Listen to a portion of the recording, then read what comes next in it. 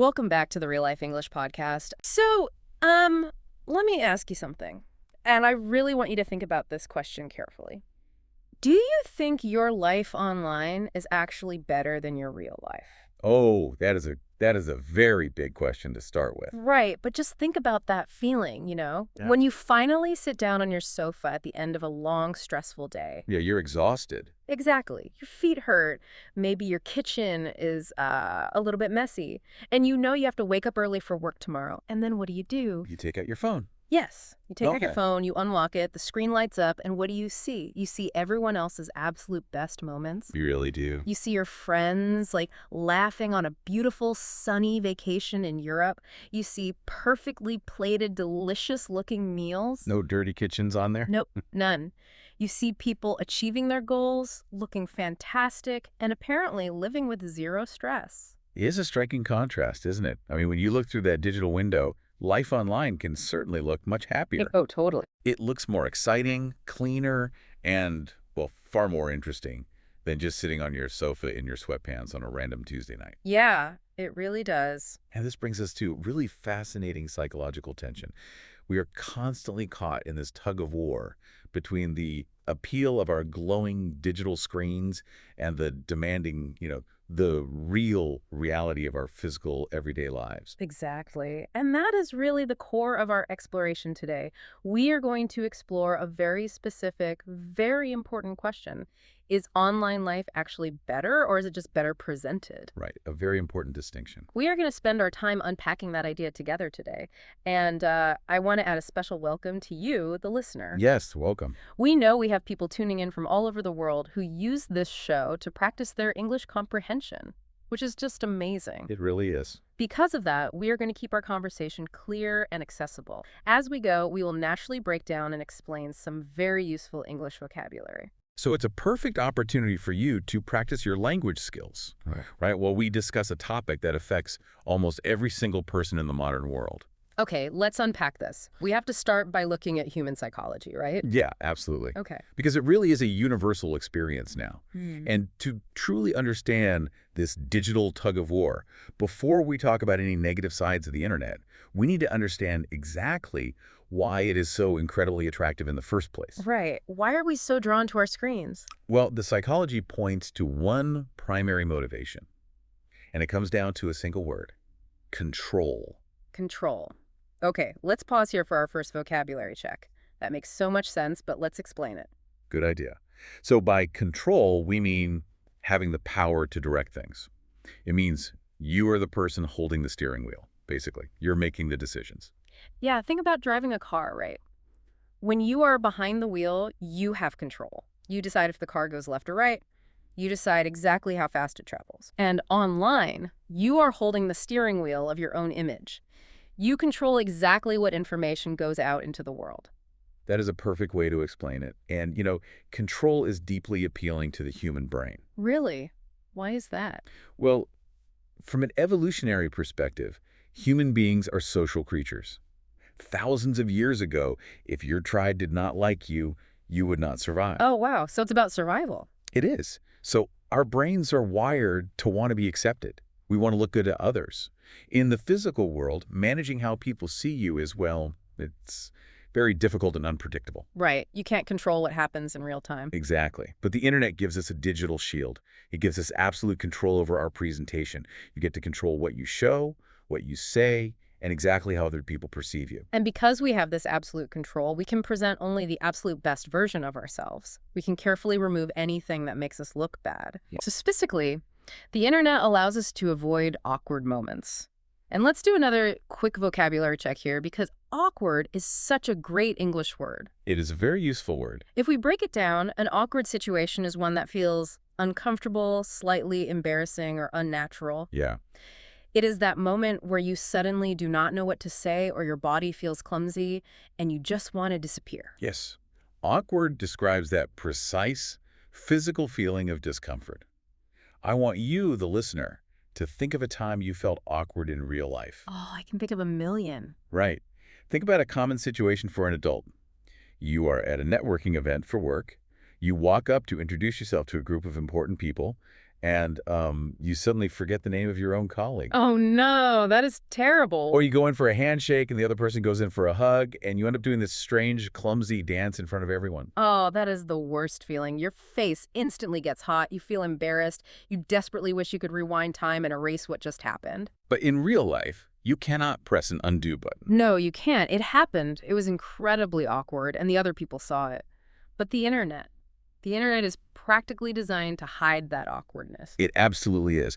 Online, if you write a comment or an email and realize it sounds silly or aggressive, you do not have to say it out loud. You just hit the backspace key. Exactly. You delete it before you press send. Nobody ever knows you made a mistake. Yeah. Or think about photographs. You could take 50 pictures of your face in your bedroom and only post the one single photo where the lighting is perfect, your hair looks great, and your smile is just right. And you simply delete the 49 awkward pictures where your eyes are half closed or you look tired. Precisely. It really is like building an online profile turns you into the director of a movie. I like that analogy. And in this movie, you are the star actor. If you are a movie director and the actor makes a mistake or forgets their lines, what do? You yell cut. Right. You yell, "Cut! Let's film that scene again." You throw away all the bad takes. You only keep the scenes where the star looks brilliant, funny, and beautiful. That director analogy is spot on.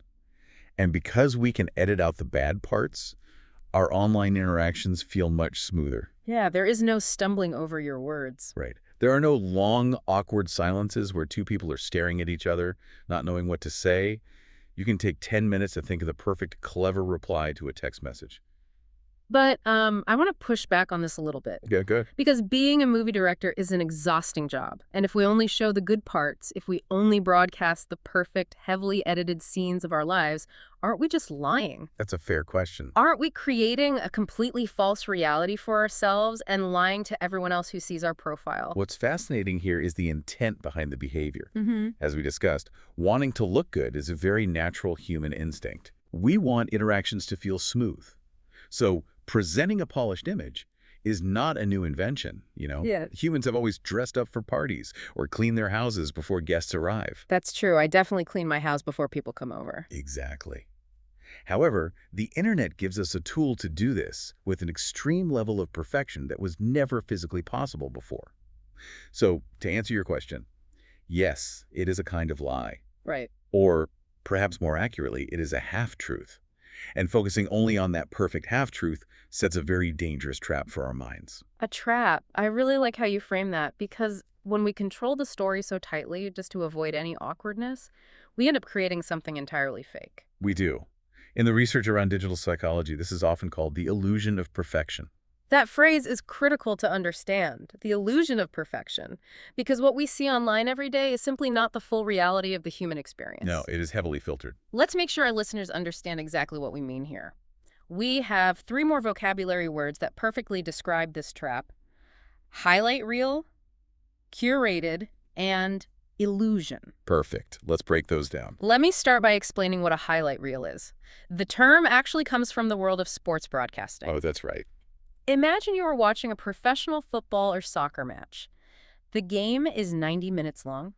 For most of those 90 minutes, the players are just running back and forth across the grass. Just normal running. Right. They are sweating, they are breathing heavily, they are making mistakes, and sometimes they kick the ball completely out of bounds. It is normal, everyday, gritty sports reality. Yeah. But later that night, if you watch the sports news on television, they do not show the full 90 minutes. They only show a 2-minute video. And those 2 minutes only contain the amazing goals, right?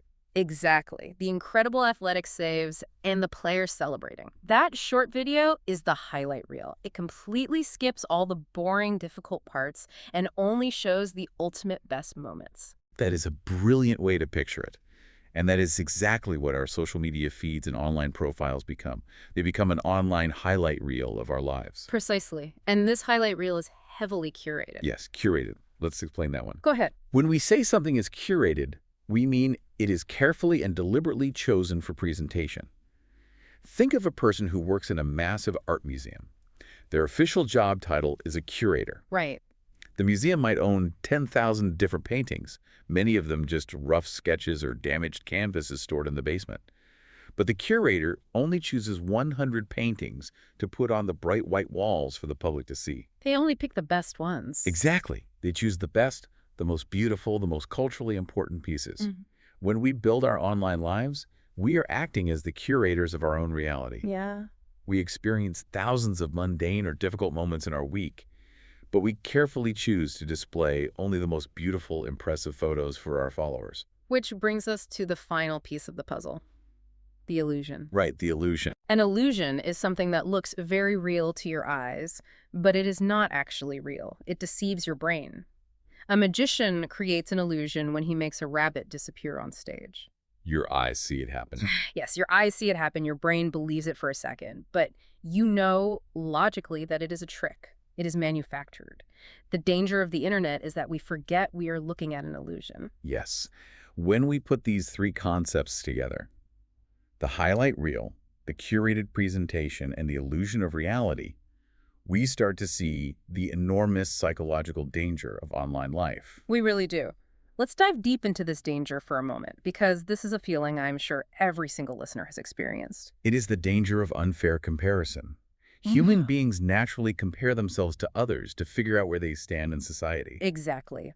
Let's walk through a very common scenario. Think about your actual physical reality. Maybe it is a Saturday morning. You are tired. We've all been there. You are wearing old, slightly torn clothes that are comfortable.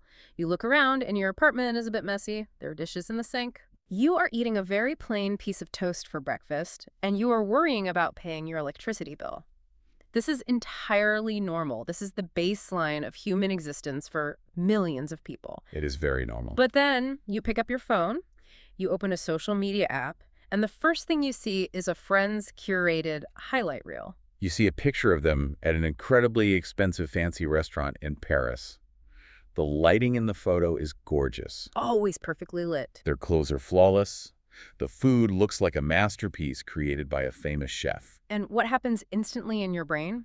You do not stop to logically analyze the image. You immediately compare your real, messy, stressful moment with their perfect, curated, frozen moment. You really do. You look at your plain toast, and then you look at their gourmet meal, and you think, my life is terribly boring. I am failing. My life is so much less exciting and successful than their life. But in that moment of sadness, your brain is forgetting that their photo is an illusion. You are completely forgetting the context. Right. What context are we forgetting? You are forgetting that they probably spent 20 minutes adjusting the lighting and taking 30 different pictures before they got the perfect one to post. Oh, absolutely. You were forgetting that their expensive food was probably cold by the time they actually ate it because they were so busy photographing it. Right. Most importantly, you were comparing your entire complex behind-the-scenes reality to just their 2-minute highlight reel. Yeah. It is a completely unfair, inaccurate comparison. It is deeply unfair, and yet it makes us feel genuinely sad. It makes us feel inadequate.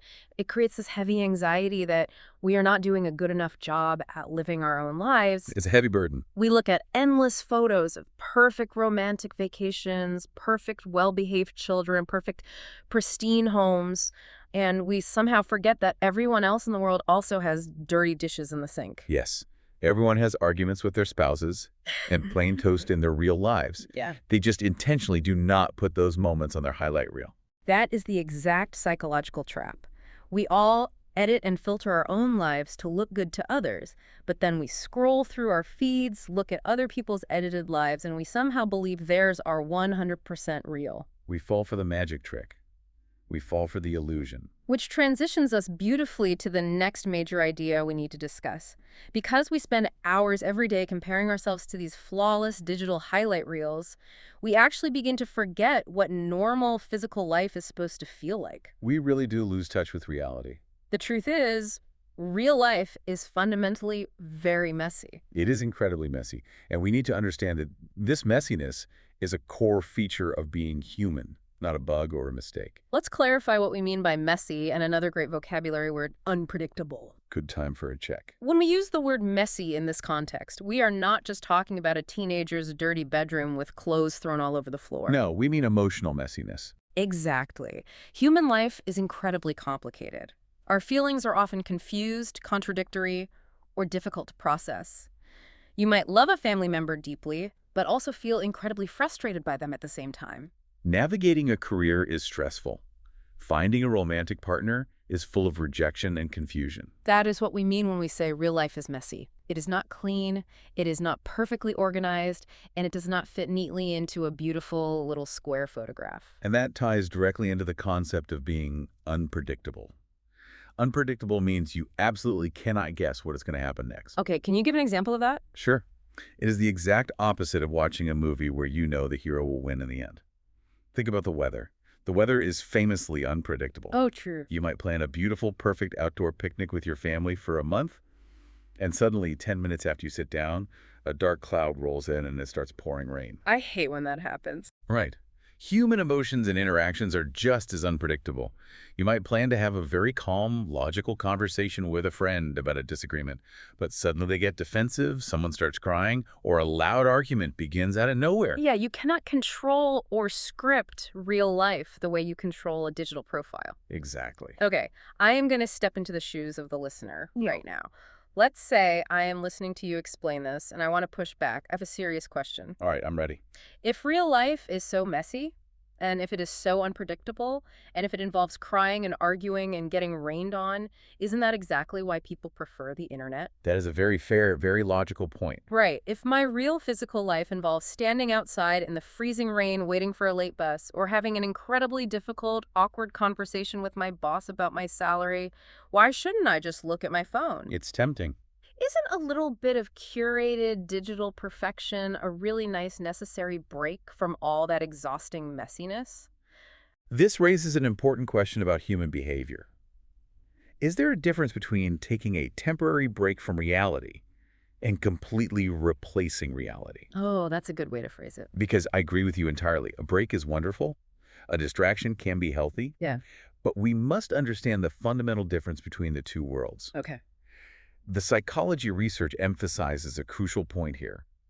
Yes, real life is messy and uncomfortable, but real physical life is also the only place where real human connections happen. I want you to expand on that because some people might say, I have great connections online, I chat with my friends all day. What is the actual difference between a digital connection online and a real connection in the physical world? The difference lies in human biology. Real, deep connections require physical presence. They require what we call tangible experiences. Let's explain tangible. Tangible is a great descriptive word. It means something real, something you can physically touch, something that exists materially in the physical world. Think about the difference between sending a friend a bright red heart emoji on your phone when they tell you they are sad, versus actually sitting next to them on the sofa and giving them a physical hug. Oh, the hug is a completely different universe of feeling. It is different because it engages your physical biology. When you are physically present, you share the same space, you look directly into their eyes. Yeah. You hear the tiny, subtle changes in the tone of their voice when they're trying not to cry. You see their micro-expressions, the small twitches in their facial muscles. You don't get any of that in a text message. Exactly. That level of intense biological connection is unpredictable, yes. It might be very awkward to sit with someone who's crying, yes, but it is entirely genuine. Right. You simply cannot get that deep physiological feeling of safety and connection from staring at pixels on a glass screen. The messiness and the awkwardness are actually the secret ingredients that make the human connection feel truly real. Wow, I never thought about it like that. The awkwardness is the secret ingredient. So sending a text message is safe, it is controlled, and it avoids the messiness. But because it avoids the messiness, it lacks the physical reality that our human bodies and nervous systems actually require to feel truly bonded to another person. Exactly. To summarize it simply, a text message is a transmission of data and information. A face-to-face conversation is a shared human experience. That is a beautiful way to put it. Transmission of data versus a shared experience. And this transitions us logically into the danger zone of digital life. Yes, the danger zone. We just agreed that taking a small break by looking at your phone is fine, but it becomes dangerous when that break turns into a permanent hiding spot. This brings us to the psychological concept of escaping reality as a chronic habit. Yes, the data shows that people frequently, and sometimes unconsciously, use their online life as a primary mechanism to escape their real life. Let's define these terms clearly for our language learners because escape and habit are powerful words in psychology. Let's do a vocabulary check. Okay, let's start with escape. When we talk about escaping in everyday language, we usually mean running away from a physical place. You escape from a locked room or you escape from a dangerous animal. Right. But in psychology, escaping means running away in your mind. It is mental avoidance. You are trying to get away from a negative emotion or a stressful situation that you simply do not want to deal with. And a habit. A habit is a behavior that you perform automatically, Yeah. often without any conscious thought. You do it repeatedly over a long period. Can you give an everyday example? For example, brushing your teeth before bed is a habit. You do not have to stand in the bathroom and mentally convince yourself, I should pick up my toothbrush now. Yeah. Your brain has created a shortcut, and your body just does it automatically. I want you, the listener, to pause and think about this right now. Try to identify one of your own digital habits. What is something you do on your phone completely automatically? Good question. Do you reach over and check your notifications the absolute second you wake up in the morning before you even get out of bed? Do you immediately open a video app the moment you have to stand in a line at the supermarket for more than 10 seconds? A lot of people do that. Those automatic actions are habits. And if we want to understand why we do this, Yeah. we need to look deeply at the psychology of the habit loop. Why do we seek to escape, and exactly how does looking at a screen become an automatic habit? The research suggests we try to escape mostly when real life feels difficult, stressful, or deeply unsatisfying. Let's paint a very relatable picture for the listener. Okay. Imagine you have a terrible, highly demanding day at work or at the university.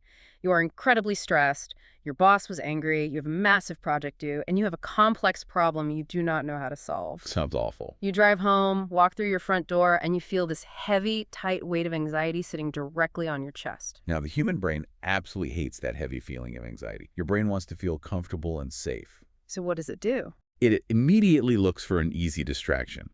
It looks for the fastest possible way to change your internal emotional state from negative to neutral or positive. So you sit on the couch and you pick up your phone. You open an app and start scrolling through short, vertical videos. The videos are funny, they are brightly colored, the music is catchy, and they change every 5 seconds. And biologically, it works. For those 10 or 20 minutes, your brain releases a little bit of dopamine. Dopamine is the feel-good chemical. Exactly. You actually feel different. You are temporarily numb to your stress. You have successfully escaped the heavy weight on your chest. But here is the great risk. The true danger zone is that this method of emotional escape very quickly wires itself into your brain as a permanent habit. Exactly. Because what happens tomorrow at 6 p.m. when you come home feeling stressed again? Your brain remembers. Yes, your brain remembers the chemical reward from the phone. It says, I recognize this uncomfortable feeling, and I know exactly how to fix it fast. Just pick up the glowing rectangle and look at the screen. But the tragedy is, you aren't actually fixing the problem at all, are you? No, you're absolutely not. And this is the most critical point to understand about digital escapism. Right. Escaping into an online world fundamentally prevents us from solving our real-world physical problems. That makes a lot of sense. Think about it. If you are deeply stressed about a project at work, scrolling through funny videos for 2 hours does not write the report. It does not finish the project. It merely delays reality. Right. When you finally exhaust yourself and put the phone down at midnight, the complex problem is still sitting there waiting for you, except now you have lost 2 hours of valuable time. And you're probably going to get less sleep. Exactly. Which makes you even more stressed the next day. It creates a vicious, endless cycle. You feel stressed, so you escape to the internet to numb the feeling. Because you escaped, the real-world problem gets worse. Because the problem gets worse, you feel even more stressed. And because you are more stressed, you need to escape to the internet for even longer. You end up using the digital world as a permanent hiding spot from a messy reality that is slowly falling apart. And over months and years, that chronic habit of avoidance can deeply negatively affect the overall quality of your real life. Okay, I have to admit, this sounds quite dark. I feel like we have been incredibly tough on the internet for the last 30 minutes. We have been a bit tough. We have painted it as a trap of illusion and a mechanism for stressful escapism. But we need to be fair and shift our perspective. Is online life always a toxic, bad thing? Oh, definitely not. I mean, let's look at the reality of what we are doing literally right now. We are heavily relying on the internet. You, the listener, are streaming or downloading this audio through a global digital network specifically to learn and improve your English. That's a great point. That is a miraculous thing. Yeah. The digital world cannot be all bad. It is definitely not all bad. And any serious psychological analysis will agree completely. Online life is not inherently evil. In fact, when used correctly, it provides massive, life-changing benefits. Let's bring in some positive vocabulary here. Let's focus on two deeply encouraging words: opportunity and benefit. Let's do a quick vocabulary check. Sounds good. I will explain benefit first. A benefit is a positive, good, or helpful result. It is something that actively improves your life or gives you a distinct advantage. Give us an example of a benefit. For example, getting 8 hours of sleep has incredible health benefits for your body. The internet, similarly, has structural benefits for society. And an opportunity. An opportunity is a favorable chance to do something good. It is a specific situation that makes it possible for you to achieve a goal or improve yourself. And honestly, I think the absolute perfect example of an incredible digital opportunity is exactly what you pointed out a moment ago. You mean our listener tuning in right now? Yes, our listener utilizing this audio program is the ultimate example of an online opportunity. Correct. Because of the architecture of the internet, they have the unprecedented chance to listen to native English speakers, practice their listening comprehension, and improve their vocabulary. And they can do it from their own home no matter where they live on the planet. Exactly. This is a massive educational opportunity that would be nearly impossible, or at least very expensive, to find without online life. Here's where it gets really interesting for me. When we honestly evaluate the positive benefits of online life, we have to talk about how it completely opens up the world. It democratizes knowledge. Democratizes knowledge. That's a big phrase. And by democratizing knowledge, I mean it makes high-quality information available to almost everyone, rather than hiding it away in expensive universities for just a few rich or powerful people. That is a profound historical shift. You can learn almost anything online for free. You really can. You can watch a video to learn how to fix a broken pipe in your house. You can learn to cook a traditional meal from a different culture. You can study computer programming, or you can understand complex ancient history. And beyond education, it is also about human connection. One of the greatest benefits is the ability to connect with people who live thousands of miles away and to explore niche interests. Yes, niche interests. Let me explain the word niche very simply, because it is very common. A niche interest is a very specific, unusual hobby or topic that appeals to a small, specialized group of people. It is not mainstream. Okay, like what? For example, maybe you absolutely love collecting and restoring antique pocket watches from the 1800s. If you walk around your local physical neighborhood and try to find someone who shares that passion, you will probably fail. You might feel very alone in your interest. Right, but online. Online, geography does not matter. You can easily find a dedicated forum or a social media group with 5,000 people who share your exact, specific niche interest. That's amazing. You can have a passionate, deeply informed conversation with someone on the other side of the planet who understands your unique hobby perfectly. That is genuinely beautiful. It cures a very specific type of loneliness. The internet opens up vital opportunities for community and belonging that simply might not exist in your immediate physical offline world. Yes, it really does. So the digital realm is incredibly capable of bringing wonderful, enriching things into our lives. It absolutely is. Yeah. Which inevitably leads us to the most crucial, practical question of our entire discussion. What's that? How do we manage this contradiction? Right. If the internet is this amazing, magical tool full of educational opportunities and global communities, but it is simultaneously a dangerous, addictive trap where we hide from our real-world problems, how do we successfully walk the line between the two? That's the million-dollar question. How do we find balance? Yeah. How do we enjoy the benefits of the digital world without letting it ruin our physical reality? The psychology experts are very clear on this strategy. The goal is not about forcefully choosing one world over the other.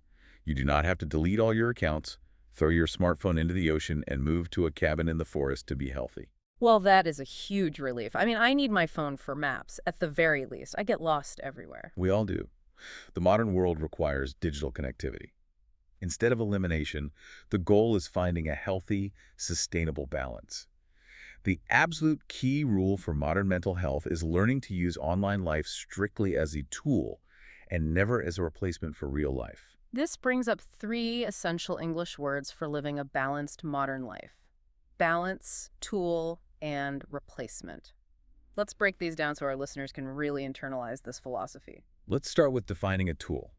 A tool is a specific object or device that helps you build something, fix something, or complete a specific task. Like a hammer. Yes, a hammer is a tool, a pen is a tool, a map is a tool. The defining characteristic of a tool is that you pick it up when you have a specific job to do, you use it to achieve that goal, and then most importantly, you put it down when the task is finished. I love that. You put it down when you are finished. Got it. And a replacement. A replacement is something that entirely takes the place of something else, usually the original thing. If you lose your house keys, you have to go to the hardware store and get replacement keys. Or if your TV breaks. Right. If your television permanently breaks, you buy a replacement television. The new object fully assumes the role of the old object. And finally, balance. Balance means maintaining the correct proportions of two different things, ensuring that neither side becomes too overpowering or too heavy. Imagine holding a physical scale with two plates. Okay. If you pile too much weight on the left side, the whole scale violently tips over and falls. Balance is the careful act of keeping things steady and upright. So how does that apply here? In the context of our daily lives, achieving balance means intentionally spending a controlled amount of time online, while ensuring you spend an equal or greater amount of quality time in the physical offline world. Okay, let's take these abstract concepts and turn them into highly practical, actionable advice. We want to give you, the listener, some simple, proven tips to help you maintain this exact balance in your own daily routine. Yes, practical tips are essential. Let's walk through 3 specific strategies. Tip number 1, actively notice when you are using your phone to escape. This first tip is all about building self-awareness. You have to become a scientist observing your own behavior.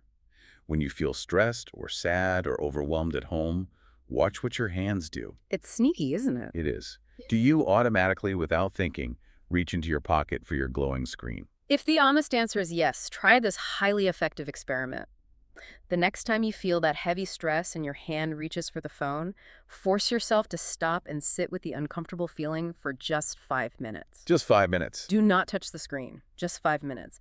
It will probably feel incredibly uncomfortable and strange, but by doing this, you are actively breaking the automatic habit loop in your brain. You are proving to your nervous system that you can survive a little bit of messy, unpredictable reality without immediately running away to numb yourself. That is an excellent, scientifically backed strategy for breaking the habit cycle. It builds emotional resilience.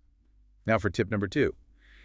Actively prioritize face-to-face interactions. We talked earlier about how genuine human connection biologically requires physical presence, so I want you to evaluate your communication habits. Think about your friends. Right.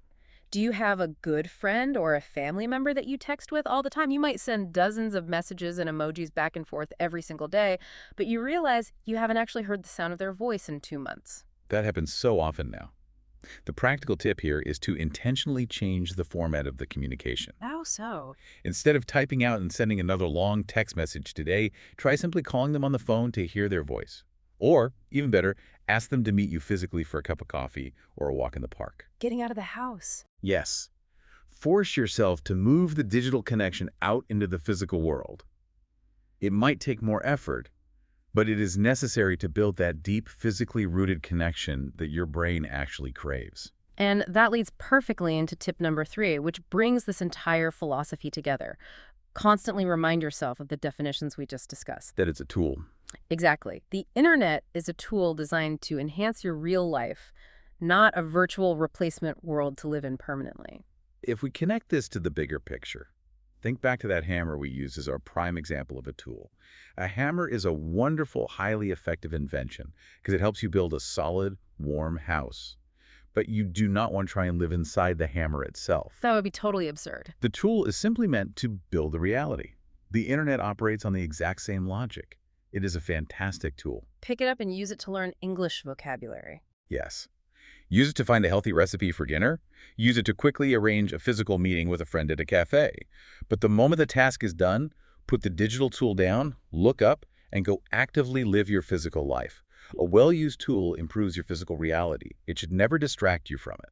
I genuinely love that analogy. You do not live inside the hammer. That is a brilliant way to visualize it. Okay, as we approach the final segment of our exploration today, we need to solidify this idea. Let's do it. To maintain the healthy balance we just outlined, we must always remember the core why. Why does the physical world fundamentally deserve our primary attention? Why is real life, despite all its flaws, the main event? The psychology and the reality of human nature are completely clear on this point. Even when your online life feels temporarily easier, smoother, more controlled, or more glamorous, your messy real life possesses two critical, vital elements that the internet can never, ever accurately replicate. And this brings us to perhaps the two most important English words of our entire discussion. Let's do our final vocabulary check. The defining characteristics of physical reality. The words are authenticity and depth. Let's ensure our listeners fully grasp the power of these concepts. Go ahead. Let's start with authenticity. Authenticity means being 100% genuine, real, and true. It means acting in alignment with who you actually are, flaws and all. So it's the opposite of fake. Exactly. It is the absolute opposite of being fake, edited, carefully curated, or digitally filtered. Can you give us a concrete example of authenticity versus curation? Sure. Let's use the example of a simple human smile. You can easily take a photo of yourself smiling perfectly for your social media profile. You find the best lighting, you tilt your head to the most flattering angle, you force a bright smile, and you snap the photo. That is a curated, manufactured smile. But authenticity. Authenticity is the unpredictable smile that explodes onto your face when a friend tells a truly hilarious, unexpected joke. Oh, I love those laughs. You laugh so hard, your stomach hurts, and you cannot control your facial muscles. In that authentic moment, your eyes might be squinting, your mouth might be wide open, and you might look a little bit silly. Definitely silly. But it is profoundly real. Yeah. Your brain recognizes the joy. That is authenticity. That makes perfect sense. The messy reality of a genuine laugh beats the brazen perfection of a selfie every time. And what about the second word? Depth. In everyday English, when we say depth, we're usually measuring physical distance downward, like the depth of the ocean or asking how deep a swimming pool is. Right. But in this context, we are talking about emotional depth. Emotional depth means profound meaning. It involves strong, serious, highly complex feelings and significant human bonds. How does emotional depth compare to what we experience on the internet? By its very nature, the vast majority of online interaction is incredibly shallow. Shallow is the opposite of deep. It means existing only on the very surface. Like double tapping a picture. Exactly. Tapping a screen to like a photograph is a shallow action. Endlessly scrolling past hundreds of short videos without remembering any of them is a shallow experience. It requires zero emotional investment. But in real life, Sitting silently with a close friend who is actively grieving the loss of a loved one, or having a vulnerable, difficult conversation that genuinely changes the way you view the world, that requires immense depth. yeah. It demands your time, it demands your absolute physical presence, and it requires you to be vulnerable. You cannot achieve emotional depth through a screen. So what does this all mean? We have gone on this massive journey today. We really have covered a lot. We explored the psychological appeal of having absolute control. We exposed the trap of the curated highlight reel and the illusion of perfection. We acknowledged the frustrating but necessary messiness of physical reality. We identified the extreme dangers of using screens as a habit to escape our stress. And we celebrated the incredible educational benefits of digital tools when used correctly.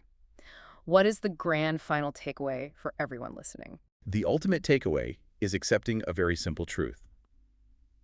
Online life, no matter how shiny or perfect it appears, is merely a different, vastly incomplete version of reality. An incomplete version. I think that is the key.